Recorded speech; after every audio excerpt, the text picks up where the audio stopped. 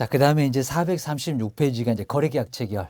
여기는 이제 거래계약서, 저 뒤쪽에 전자계약서 쪽에서 거래계약서 기재사항은 간단하게 앞쪽에서 봤고요. 전자계약서가 한 문제 정도 나올 거다 생각을 넣으셔야 됩니다. 자, 먼저 첫 번째 당사자 매도매 순중에서 이제 확인을 어떻게 할 건지 확인 부분이 바로 이제 간단하게 봐줄 부분입니다. 예전에 가끔씩은 나오기는 했었고 기억하셔야 됩니다. 자, 먼저 오른쪽에 이제 우리 자연인, 그럼 이제 법인 말고 우리 자연인은 바로 권리 능력이 있는지 또는 행위 능력이 있는지 또는 의사 능력은 있는지 이런 부분을 확인을 먼저 해 보셔야 됩니다. 안 그러면 또 계약은 무효나 취소가 될 수 있다는 겁니다. 큰 문제가 된다. 그입니다. 그런 이제 거래를 잘못했을 때는 우리 개업 공인주사가 책임을 질 수밖에 없다라고 생각을 하셔야 됩니다. 먼저 첫 번째 권리의 진전성은 있는지 확인 부분들은 당연히 등기상 증명서로 해야 될 거고요. 그리고 자연인 법인 중에서 어디에 해당되는지 이런 부분들은 확인을 먼저 해 놓으시라는 겁니다. 특히 이제 우리 법인 같으면은 등기 대표자가 누군지 그리고 권리 능력이 있는지 이런 부분들은 모두 확인을 해 보셔야 됩니다. 안 그러면 문제 된다라고 기억하셔야 됩니다. 두 번째가 이제 행위 능력은 바로 이제 여기도 이제 자연인 법인 나눠서 이제 행위를 할 수 있는지입니다. 그럼 또 미성년자 그리고 피한정 후견인 그리고 피성년 후견인 방법이 아예 다릅니다. 조심하셔야 됩니다. 먼저 미성년자고 피한정 후견인은 같습니다. 그래서 이제 19세 미만인지 또는 이상인지 확인하셔야 될 거고요. 그리고 사무처리 능력이 아예 부족합니다. 그러면 후견인은 누군가 후견인의 동의를 받고 와야 된다는 겁니다. 미성년자도 동의를 받아와야 됩니다. 동의나 아니면 법정 대리인이나 후견인 통해서 계약을 해야 문제가 없다는 겁니다. 대신에 이제 피성년 후견인 사무처리 능력이 아예 없습니다. 결여되어 있습니다. 오로지 후견인을 통해서만 계약을 해야 된다는 겁니다. 거기는 동의받고 오면은 아예 안 된다. 무효는 아니지만 추인 안 해줄 겁니다. 그럼 취소. 결론적으로 의사표시하게 되면 무효나 다름없다는 겁니다. 그걸 누가 계약했느냐? 개업 공인중개사가 책임을 질 수밖에 아예 없다는 겁니다. 그럼 수천, 수억이 문제가 될 수가 있다는 겁니다. 그러니까 조심해라. 괜히 겁주는 거 아니라는 겁니다. 조심해야 됩니다.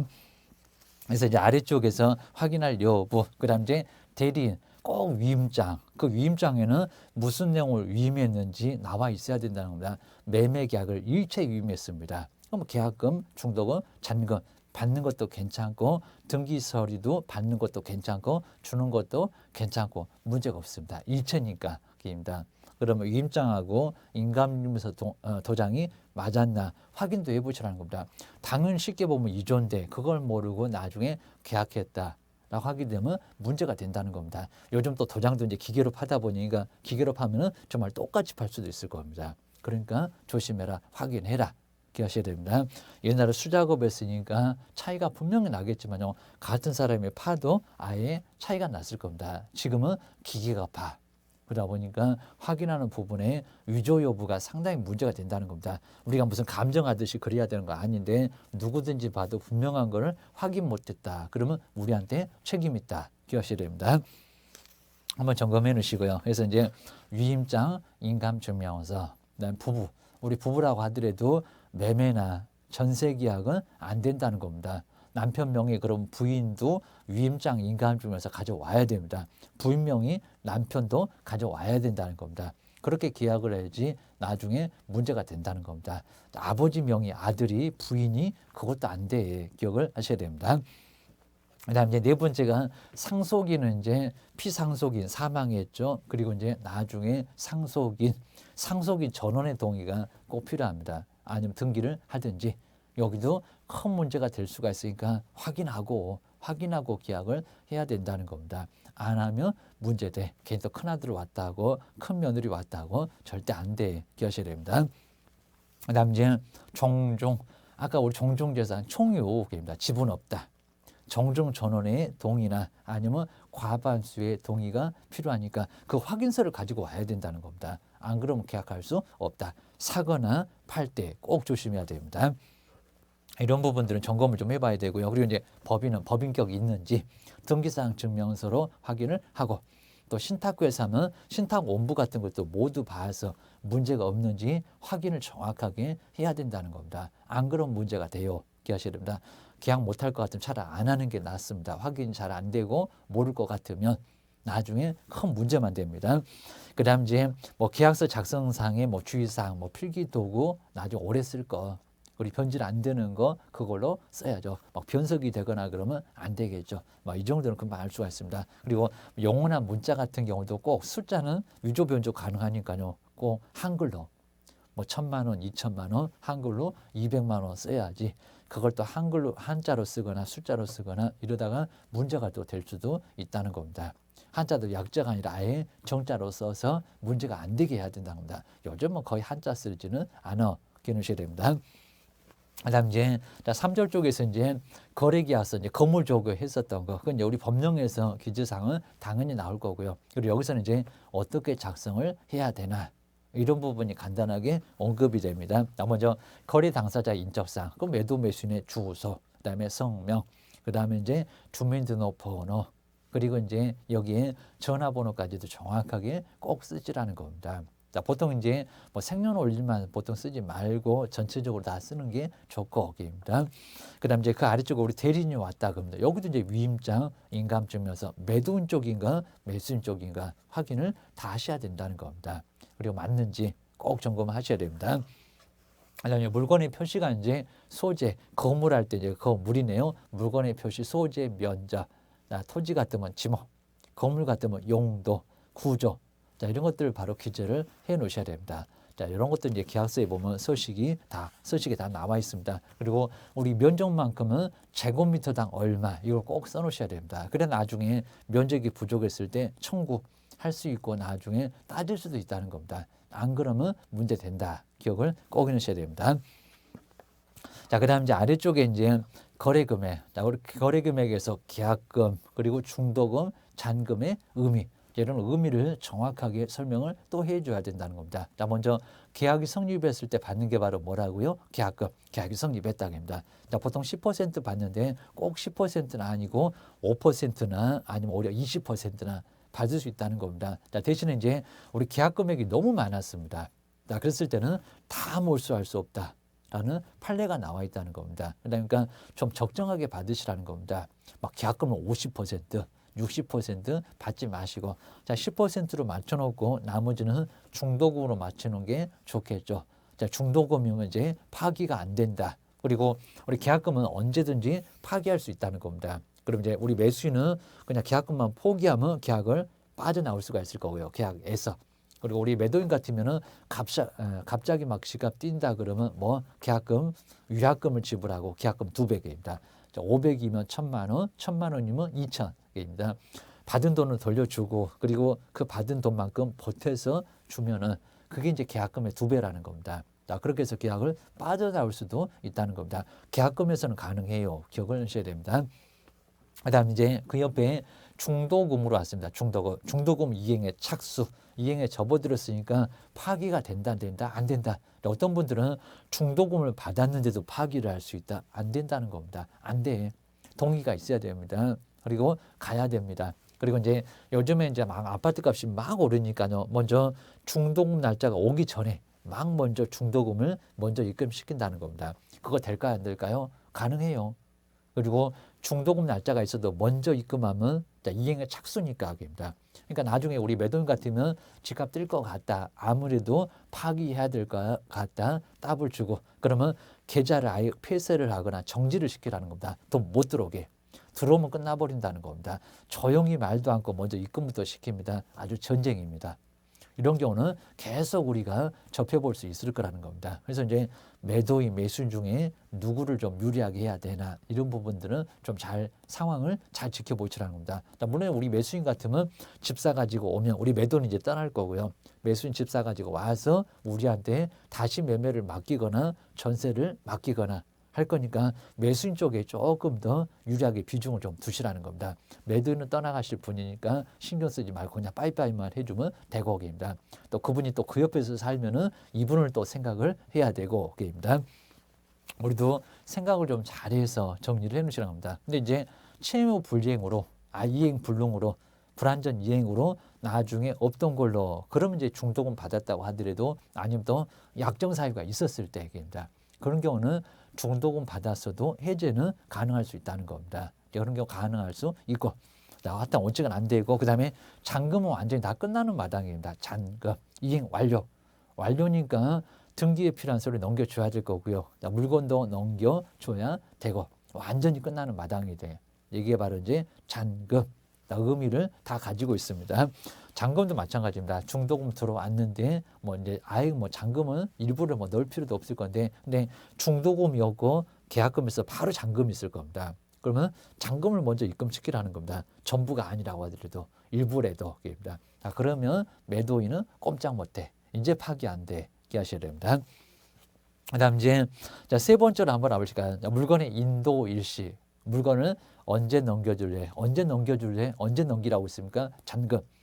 잔금과 동시에 넘겨야 문제가 안 된다는 겁니다. 괜히 또 물건이 건너가니까 돈이 안 와. 이러면 문제가 되겠습니다. 또 돈을 먼저 주니까 물건이 안 와. 안 오더니 옆집에다가 팔았어. 이중매매가 성립할 수도 있다는 겁니다. 자, 그런 식으로 문제가 되니까 꼭 같이 하시라는 겁니다. 돈을 안 줘. 물건 못 내는 거죠. 그리고 등기서류 못 줘. 라고 버텨야 된다는 겁니다. 민법에서 동시형 배우지 않았습니까? 기억을 하셔야 됩니다. 그다음 이제 두 번째가 이제 권리 이전의 내용입니다. 건물 조교할 때 인권에서 봤을 겁니다. 어떤 권리가 넘어간다. 권리 관계가 아닙니다. 권리 관계는 확인 설명. 여기는 권리 이전. 뭐가 넘어가니까 소유권이 넘어가는지 지상권이 넘어가는지 지역권 전세권이 넘어가는지 아니면 저당권이 넘어가는지 무슨 권리가 이전되냐입니다. 그 이전의 내용도 기재를 해야 됩니다. 그다음 이제 우리 임대차 같은 물건의 이제 표시, 목적 같은 거 있어야 될 거고요. 무슨 목적으로 주거용인지 상업용인지 공업용인지 그런 목적도 당연히 표시를 해줘야 됩니다. 그다음 이제 임료, 지급이라든지 그리고 조세 공과 자 먼저 임료도 이제 늦으면은 자 주택은 2번 만에 나가. 상가는 3번 만에 나가. 자, 이러니까 조심해야 된다는 겁니다. 그리고 꼭 금액으로 따진다. 그리고 지불했어도 연체면 단 하루라도 몇 분이라도 늦으면은 문제가 된다는 겁니다. 꼭 늦지 않게 횟수 지켜서 절대로 연체만큼은 하지 말아야 된다는 겁니다. 가장 기본적인 도리가 연체 입금이다. 기억하셔야 됩니다. 임대차는 존속기간을 잘 따져야 될 거고 주택 그냥 2년으로 해야 되는데 1년만 해놓고 1년 만에 나가. 아닙니다. 2년 주장도 가능할 겁니다. 뭐 상가 또 6개월만 해놓고 6개월 만에 나가. 안 된다는 겁니다. 최단기간 1년 있어. 조심하셔야 됩니다. 그 다음에 네 번째가 이제 양도나 전대에 관한 사항. 무단으로 양도하게 되면 쫓겨날 수가 있으니까 안 된다. 무단 전대도 안 된다. 라는 것들은 우리가 이제 다 안다고 생각하시면 안 되고 얘기를 꼭 잘해 주시라는 겁니다. 그냥 무조건 그런 경우가 있어요. 그러다가 임대차 계약 위반으로 쫓겨날 수 있어요. 라고 기억을 하셔야 됩니다. 그 밖에 약정 내용이라고 해서 이제 그 밖에 약정할 수 있는 사항들은 얼마든지 가능하다. 우리 보통 채권편은 거의 대부분 그냥 임의 규정, 강행 규정이 아니라고 합니다. 담보 책임 우리는 없는 걸로. 그리고 뭐 동시행 이런 것도 바꾸려면 바꾸고 됩니다. 해제 해지권도 바꾸려면 바꾸고 가능한 것들은 무효가 아니면 바꿀 수가 있다는 겁니다. 필요비 유입비도 바꿀 수 있고 기하셔야 됩니다. 자 그렇게 해서 이제 한번 정리를 해 놓으셔야 되고요. 그다음 이제 4절 여기가 이제 우리 시험 문제 한 문제 감으로 바로 30회는 나왔는데 30일 때는 쓱 그냥 지나갔지만 여기도 한 문제가 나올 거라는 겁니다. 그럼 이제 우리 보통 이제 계약서가 종이였는데 이제 종이가 없어지고 뭘로 된다고요? 인터넷으로 바로 신고해서 그리고 국토교통부에 저장되는 형태로 이제 전자문서입니다. 전자문서 눈에 안 보여 화면에는 보일 거요. 다 바로 국토교통부로 보내게 됩니다. 그러니까 이거는 5년 보관이나 이런 것도 필요가 없다는 겁니다. 아예 그냥 3년이고 5년이고 필요 없다. 확인 설명서 그리고 매매계약서, 임대차 계약서 국토교통부에다가 보관할 거예요. 라고 해서 보존기간 필요 없다. 그입니다. 그러다 보니까 이제 요 전자계약은 뭐가 없어진다? 종이가 없어진다. 전자적으로 처리가 된다. 라고 얘기하셔야 됩니다. 자, 그렇게 해서 이제 전자계약 시스템, 정말 이제 뭐 꼭 종이로 할 필요가 있겠냐. 우리 보통 휴대폰 계약할 때도 아예 거기 바로 태블릿에다가 체크해서 바로 보냈을 겁니다. 접수했을 겁니다. 뭐 출력할 필요도 없었고, 뭐 받을 필요도 아예 없었고, 매매 계약서가 됐건 임대차 계약서가 됐건 전세 계약서가 됐건 앞으로도 그럴 수가 있고, 물론 이제 출력해 달라고 해도 출력해 줄 수 있고 그입니다. 자, 그런 식으로 이제 활용을 할 수가 있을 겁니다. 우리는 보관 안 해서 괜찮아라고 생각을 하셔야 됩니다. 야, 그렇게 해서 이제 전자계약의 내용 쭉 나와 있고요. 뭐 대출에서도 많은 금리가 조금 좀 그래도 낮아지는 효과, 그리고 확정일자도 무료로 받을 수가 있다는 겁니다. 유료가 아니라 아주 편한 여러 가지 효과가 발생할 수 있다라고 기억하셔야 됩니다. 그래서 이제 여기도 경제성을 또 추구할 수도 있을 거니까 괜찮다라고 보셔야 됩니다. 그리고 이제 뭐 대출 같은 경우 또 금리가 낮아지니까요. 이런 것들을 알게 되면 전자계약 할 수 있느냐라고 물어볼 거니까 우리가 회원가입해서 전자계약 할 수 있도록 그런 준비를 해놓고 계셔야 된다는 겁니다. 안 그러면 옆집에 가서 계약서 쓴다. 기억하셔야 됩니다. 먼저 전자계약이 이제 이용 이렇게 나와 있고요. 정말 이렇게 종이가 없어지는 바로 전자계약. 한번 내용들 쭉 한번 봐주시고요. 그리고 언제 시행됐다. 자, 이런 것들은 그냥 간단하게 봐주셔도 괜찮습니다. 그 다음에 뒤쪽에서 이제 446페이지에서 이제 내용들 쭉 한번 봐주시고요. 그리고 이제 경제적, 그리고 편리하기도 하고, 그 다음에 안전하기도 하고, 이런 부분들은 한번 간단하게 그 효과로서 정리를 해 놓으시면 좋을 것 같습니다. 총이 안 쓰니까 경제적이라고 할 수가 있고 깁니다. 그리고 안전하다. 그리고 무등록도 방지할 수가 있다 깁니다. 왜냐하면 공인인증서 가지고 이제 모든 계약을 하다 보니까 무등록이 없어질 거야. 자, 대신 이제 또 우리 무등록이 또 컴퓨터에다가 또 태블릿에다가 다 다운받아서 저장해 놓고 비밀번호도 알고 그러면 사용할 수는 있을 건데 그냥 그런 생각은 나중으로 보시고요. 일단 무등록도 차단할 수 있다라고 실명제 이렇게 생각을 해 놓으시면 될 것 같습니다.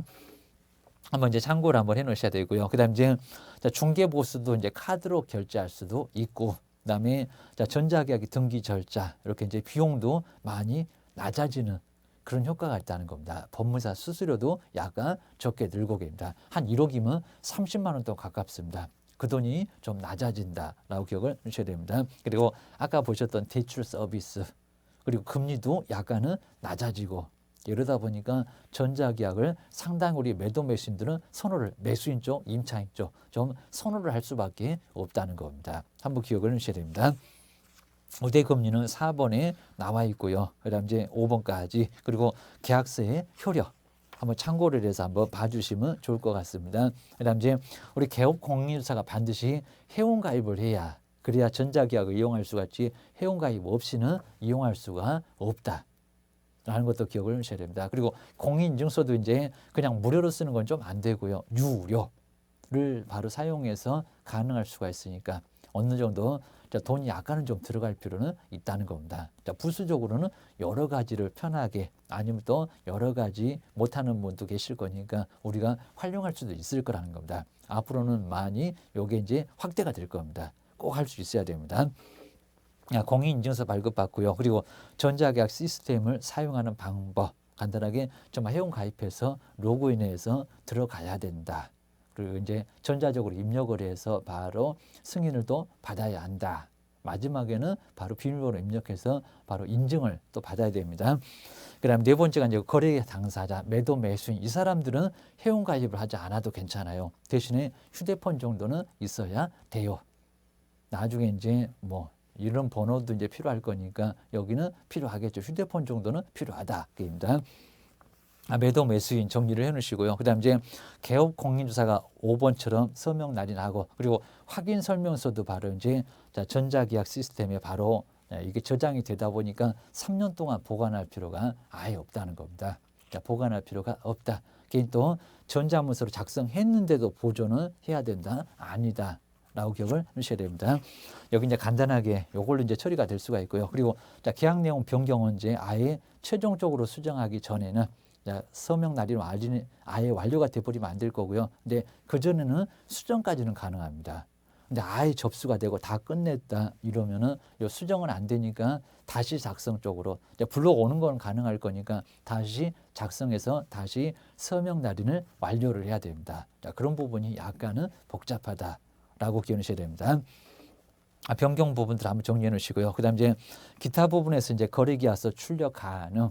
여기도 뭐 당연히 가능할 수 있고, 그다음에 거래 당사자 신분증도 역시 확인할 수가 있습니다. 그다음 이제 태블릿 PC가 이제 꼭 다 필요한지, 그냥 전자, 여기도 이제 휴대폰 정도도 가능하니까 태블릿 같은 거 꼭 필요한 것은 아니다. 하여튼 전화라도 있기는 해야 된다 라고 보시면 될 것 같습니다. 그 다음 아래 이제 거민 쪽에서도, 우리 거민 쪽에서도 간간히 한 문제도 나왔었다가 요즘에는 조금 좀 뜸하지만은 그래도 거민, 계약서에다가 도장 받아라. 우리 매매계약도 예전에는 거민을 받았습니다. 그럼 거민은 어떤 형태의, 유상무상을 안 따지고 소유권 이전이면 모두 거민 받아라 라고 해서 거민 대상이 뭔가 우리 시험 문제에서는 언급을 하고 있습니다. 그리고 등기법 등에서도 여기는 나오게 될 겁니다. 참고해 주셔야 됩니다. 자, 매매 빼놓고 이제 증여, 그다음에 교환, 이런 쪽에는 바로 거민이 필요할 수밖에 없다는 겁니다. 거민 받아와라 그입니다. 시군구청에 가서 받아와라 계약서에 그입니다. 먼저 우리 거민 신청은 소유권 이전이니까 유상무상을 안 따집니다. 유상도 무상도 모두 다 거민을 받아봐, 탈세나 투기를 방지를 하겠다는 겁니다. 그런 목적으로 거민 받아라 이런 소리 합니다. 그다음 이제 거민 대상에서 좀 제외하는 거. 자, 우리 경매 같은 경우는 받을 시간도 없고 받을 필요도 없고 탈세도 하기가 어렵고, 그리고 임목공장재단, 광업재단은 거민 필요하다 아니요 게입니다. 그리고 상속은 아니고 게입니다. 소유권 이전이지만 여기는 유상무상 계약 같은 게 아니니까 기억을 좀 해놓으셔야 됩니다. 이렇게 한번 정리를 해놓으시고요. 그리고 국가는 당연히 믿을 수가 있으니까 국가는 필요 없을 거고, 그리고 거민용 계약서에 기재할 필수적인 기재사항이 6개 있습니다. 그 6개에서 빠지면 거민이 된다 안 된다, 없네요 그러면 거민 안 된다는 겁니다. 5개만 있고 6개인데 하나가 빠졌다 그러면 아예 거민을 안 해줘. 그래서 거민하고 부동산 거래 신고의 신고사항 여기하고 좀 다르고, 거래계약서 기재사항도 약간 다르고 한번 참고를 해주셔야 됩니다. 나 먼저 이제 우리 거래계약서 기재사항은 왼쪽에 건물 조교하면서 9개 앞쪽에서 봤을 겁니다. 거래 당사자 인적사항부터입니다. 그런데 우리 이제 여기서 이제 거민도 약간 유사는 합니다. 그래서 약간 좀 차이가 있을 겁니다. 먼저 여기는 거래 당사자일 것 같은데 그냥 당사자라고 해서 간단하게 표현했습니다. 당사자 매도 매수인의 성명 등을 써야죠. 1번하고 유사할 겁니다. 거래계약서입니다. 두 번째가 이제 목적 부동산, 토지의 건물, 토지 건물의 소재나 면적이나 지목이나 구조 같은 것입니다. 목적 부동산, 여기도 이제 대상 물건의 표시에서 봤던 것처럼 또는 물건의 표시에서 봤던 것처럼 소재 면적입니다. 아주 막연하게만 표시하고 있습니다. 좀 복합적이고 포괄적으로 표시를 하고 있습니다. 그리고 이제 세 번째 계약 연월일, 여기는 똑같습니다. 아까 계약일, 왼쪽에 이제 계약일과 똑같은 계약 연월일, 언제 계약 체결했냐?